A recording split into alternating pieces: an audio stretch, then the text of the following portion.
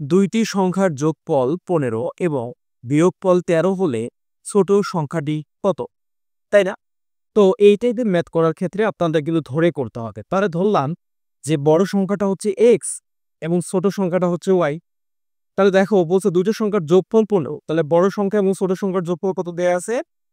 15 এবং বিয়োগফল 13। তাহলে আমাদের কি বড়টা থেকে ছোটটা বিয়োগ দিতে হবে না? তার মানে কি বিয়োগফল x - y কত আমাদের 13।